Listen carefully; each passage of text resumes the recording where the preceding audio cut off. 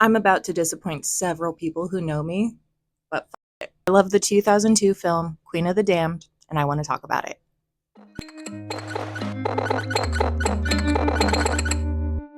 Literally since my childhood, I have been obsessed with Anne Rice's Vampire Chronicles. I was a little kid and I saw Interview with the Vampire with Kirsten Dunst, and I immediately saw myself in Claudia. Right? Can't you tell? I was a weird kid. I was confused by my tiny little body and frustrated by my circumstances. And I had this fancy blue taffeta dress, so like you couldn't convince me that I wasn't Claudia. For some context, this kid also had another hyperfixation, which was the Titanic. Not Jack and Rose. She was here for the disaster of man's hubris in the form of a shipwreck. She was too busy memorizing counts of surviving and dead passengers from each class and the cascading failures that made it all so deadly. She was way too busy with that to give a shit about naked sketches and expensive jewelry. Now, all of that is to say, it was actually not that weird that by the time I was 11 years old, I had read all of the early Vampire Chronicles books, with the exception of Memnoch the Devil. And that one I did get around to eventually, and it's actually my favorite of the series. But like at the time, there was like weird religious control stuff going on in our house.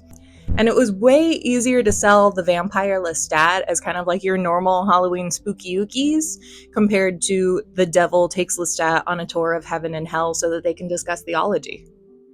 And the thing for me is that 2002 was an interesting year. This is what I looked like at the beginning of the year, and this is what I looked like by the end. This 11-year-old girl, her ass is going through it.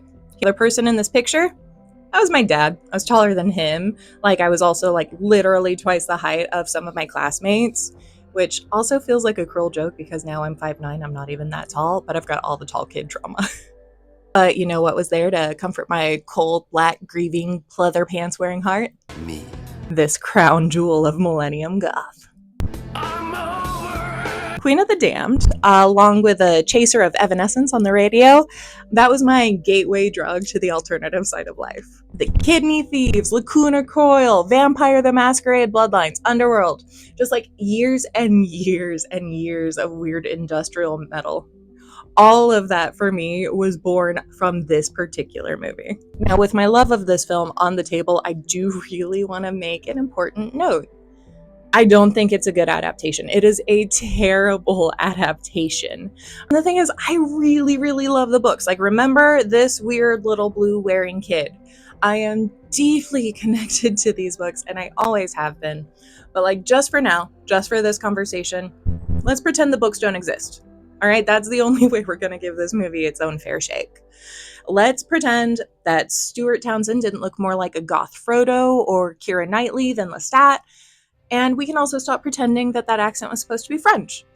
Today I'm just looking at the movie by itself with minimal comparison to the books that it came from and also to the super awesome Interview with the Vampire TV show. Those are entirely different discussions than the one I'm having today. Today, we are looking at the shining, chugging, blood, lace, and leather qualities of these beautiful 101 moody-ass minutes. Point number one, my most indisputable point, Aaliyah. She fucking ate as Akasha. This woman carried the entire film on her back, and she's got like 3 scenes of actual screen time. I will not argue this with anyone. If you disagree, we'll just have to agree not to talk about it because you're wrong. So I was rewatching the movie to make this video, and my wife was watching with me. She's another recovering edgelord with a deep, deep love and affiliation for the Vampire Chronicles, and she was not having a good time, guys. But then we get to the scene. When Akasha, she's following Lestat's lyrics, and she goes to the Admiral's Arms Vampire Club.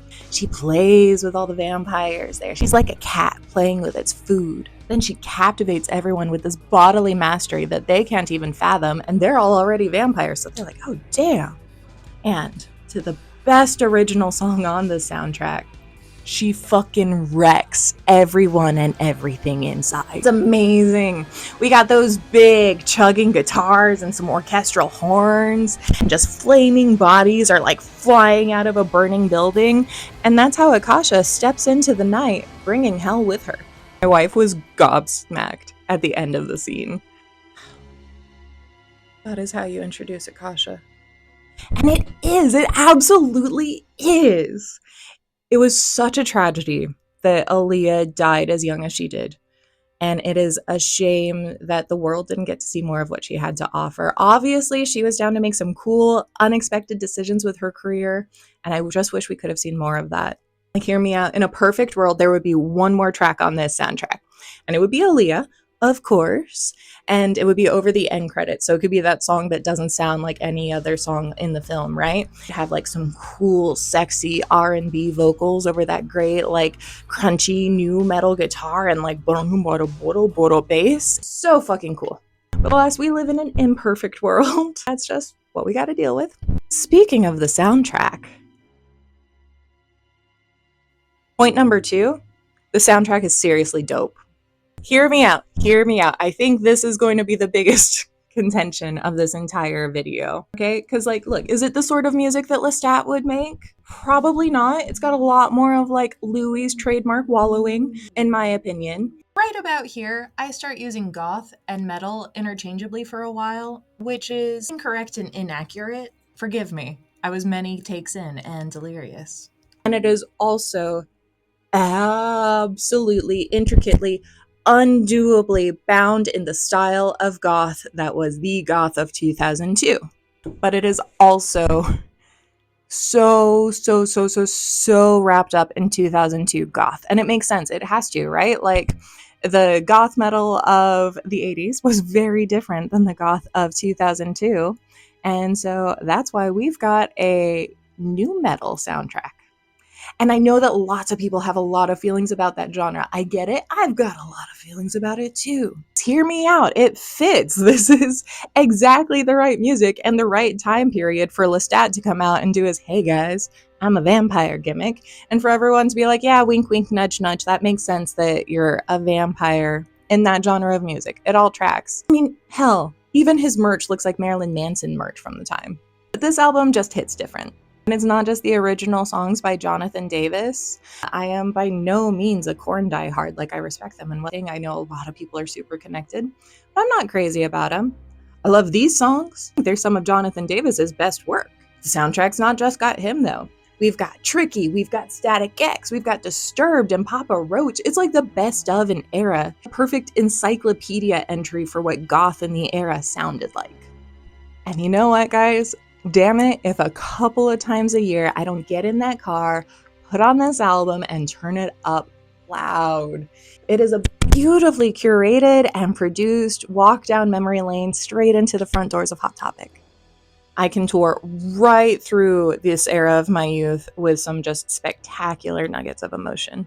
Particularly when we're talking about track 3, System, performed on the album spectacularly by Chester Bennington. And oh my god, this track.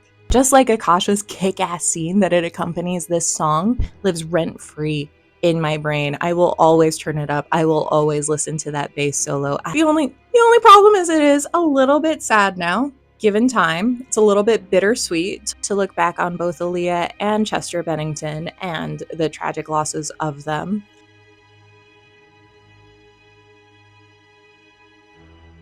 This was originally a really long lamentation on By Erasure and Imperfect Representation, but it was also a lot and pretty rambling. So please just enjoy this fantastic, awkward conversation between two exes. 50s and red velvet. I slept. Don't think you missed much. Elvis, yes. Shining point number 4. Holy shit, these extras. All right, production went out and got some authentic and or committed extras for this movie, man. I mean, just look, clothes, the hair. Oh my god, the years of my teen life where I was referring to this movie as a lookbook for how to style my fishnets and blank tank tops.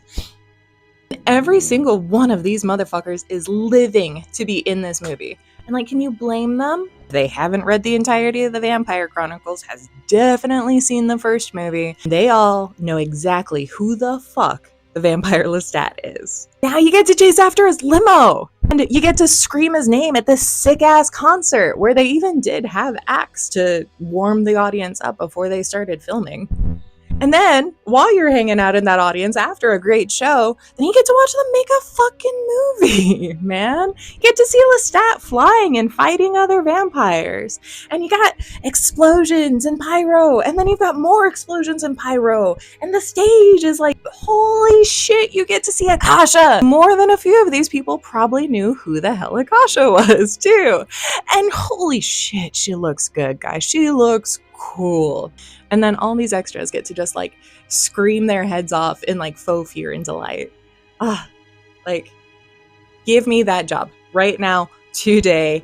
I will milk that job for everything it's worth. Like, let's go.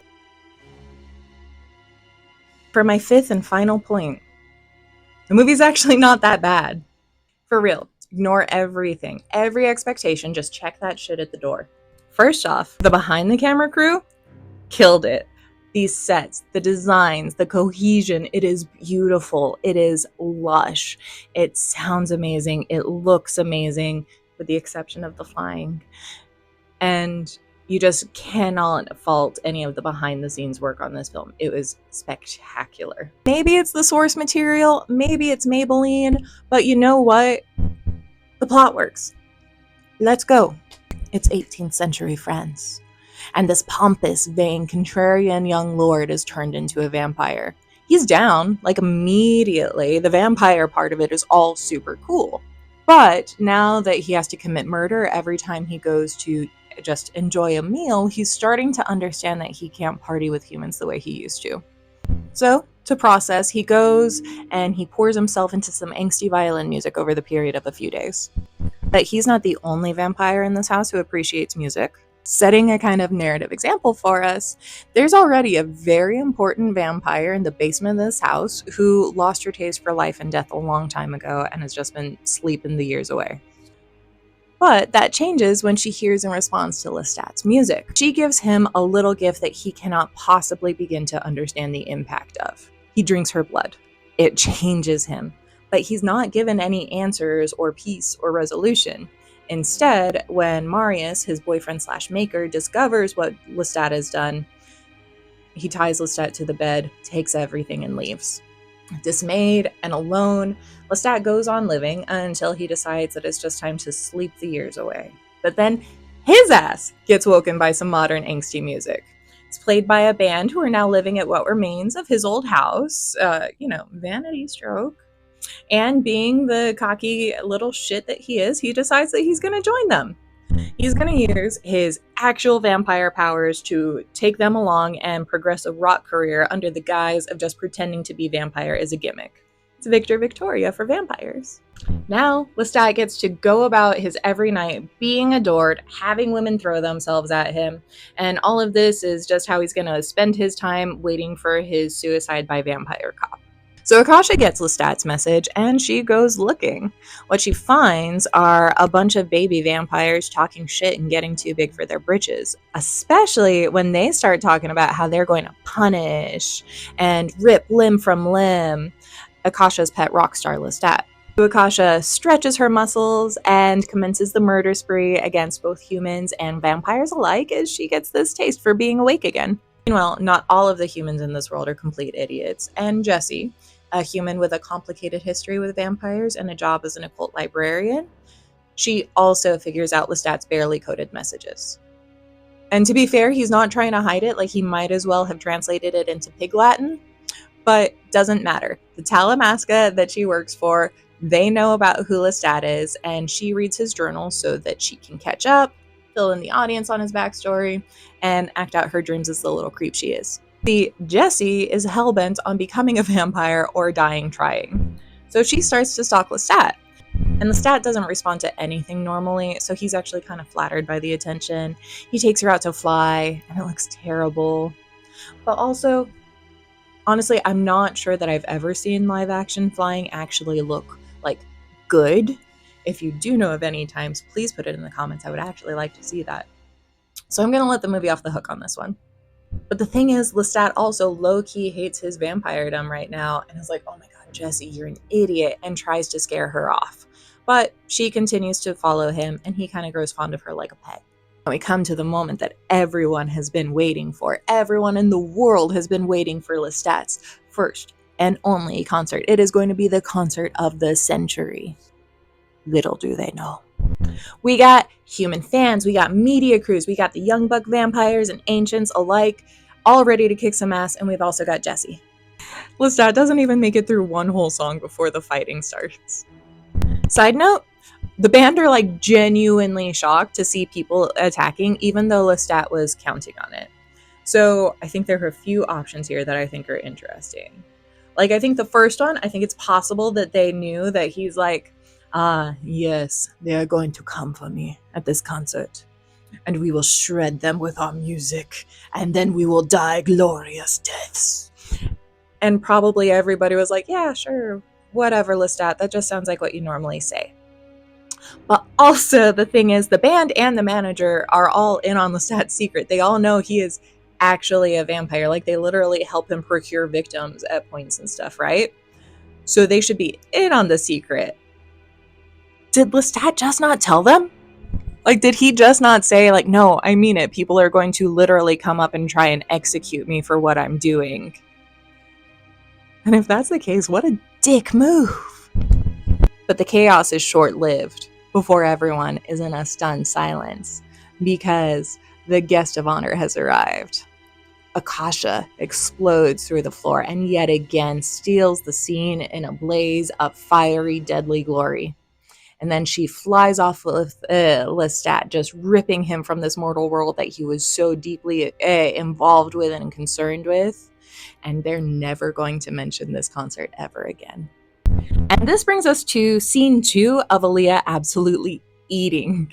Like, as she and Lestat are now getting like their first date on, they're playing Super Smash and they're getting to know each other. Everything out of Akasha's mouth is a red fucking flag. Titanic responded, "Shut up, I'm busy." Lestat, you are in danger.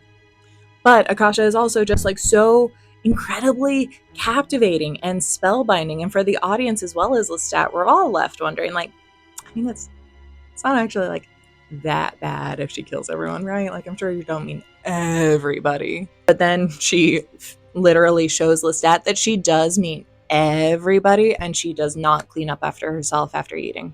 Lestat is genuinely stunned by the visual and just how vicious she can be. But before we can really dig into that, we go ahead and let them resume their Super Smash session so we can check in on Jessie. And this is where we get a little bit more clarity into Jessie's past. She grew up with her great aunt Maharet. And so she kind of feels like a vampire herself. She was mostly raised by vampires until they sent her to be with her own kind, and that just left a hole in her soul. So she and her aunt are at the house talking about this, kind of like coming to terms with the way that their worlds have been forced together, when Lestat and Akasha show up. Akasha is ready to collect the remaining elders, dead or alive, but she's also not an idiot, and Akasha can see that Lestat has a soft spot for this human who's always tagging around everywhere. So she gives him a test. Akasha orders Lestat to kill Jessie. Then Jessie and Lestat have to go make it weird for everybody in the room by him sucking her titty to death. Which I think actually is proof that Lestat failed Akasha's girlfriend test, but she seems pleased enough. Jessie's dead, so she goes ahead and makes herself vulnerable. She gives her reward to Lestat. She opens herself up for him to feed again off of her kick-ass ancient blood. But surprise, Lestat's just as inconsistent as he's always been, and his ass starts hanging on for dear life as he takes it upon himself to try and suck all of the blood that he can from Akasha, making her as weak as possible. It takes forever for the other vampires to figure it out, but eventually they do, and so suddenly now we've got our next fight. Akasha's just throwing them off, swatting them like flies, and they're like burning with the world's worst suntans. But something starts to happen. She's getting weaker. And through the fight and the struggle, and with nothing else to live for than Aunt Maharet, she goes up and she drains Akasha of the last drop of blood in her, bringing death to Akasha and herself. All right, and I'm not one to praise CGI for looking good, But this is a very good looking death scene for Akasha. It is just so beautiful watching her just shrink and fade and dry into ebony and charcoal and ash that disappears like sand in time. And oh, it's so good. And then we get a hard cut to Aunt Maharet, who's just a statue now. Less of a cool effect, but it works thematically. And what a pleasant surprise, because Marius, the one who's been keeping Akasha and her dead husband for so long, he recognizes that Maharet is not dead. That works out super nicely, because guess who is also not actually dead? Jessie! So Lestat makes her a vampire too, because he's attached to her now for some reason. Then together, hand in hand, looking like they need a hamburger and a good nap, Jessie and Lestat walk into eternity together. All right, it's not a masterpiece for the ages, right? Like, it's a little rushed, especially at the end, but it's there. And it's not the flaming turd that people act like it is. It's just fun. It is just incredibly of its time period. Honestly, I think it suffered most from a script that just kind of like struggled to balance all of the ideas of the story and some poor casting. Now, don't get me wrong, this is not an knock on the actors or their performances. They did their best. They did a really good job. Acting's hard, guys. Like, Stuart Townsend was too young to play Aragorn, and he was probably too young to play Lestat, but only one of those roles got recast. And like, Lestat and Jessie don't have a lot of chemistry, but also when are they ever given the chance to develop that chemistry? It's fine. If you're gonna watch a movie called Queen of the Damned, then the story should focus on Akasha, right? Like, that's where all the budget and planning and marketing obviously went to. And it's just a shame that other characters got waylaid in the process. Meanwhile, still, there are like 3 or 4 scenes of the Queen of the Damned in the entire movie. But you know what? In this imperfect world, I really like this imperfect movie. By itself, for what it is, it's a fun throwback. It's fun to me as playing Vampire the Masquerade Bloodlines on Halloween. And it makes me think fondly of my long gone platform boots with giant buckles on them and my long dyed black hair and costume vampire teeth. And you know what? Maybe I am being too easy on it. Maybe I'm being too gentle and not nearly critical enough. Maybe there's obvious stuff that I missed. But this movie meant a lot to this little kid. And the last thing I want to do is shit on it for her. I mean, it's just good bloody fun. And what's wrong with that? Hi guys, thank you for coming back. I know it's been a little while. Learning to make YouTube videos is really, really hard, but it's also really fun and satisfying, so we got here eventually. I've got a bunch of other stuff planned for the spooky season, so if you are so inclined, please subscribe, and if you like the video, please hit like and or leave a comment. I am a baby creator, so every single like and comment like genuinely touches my heart. Thank you. But in the meantime, thank you for your time. I know there's a lot of YouTube videos out there and you took the time to watch mine. But do me a favor and just take care of yourself out there, okay?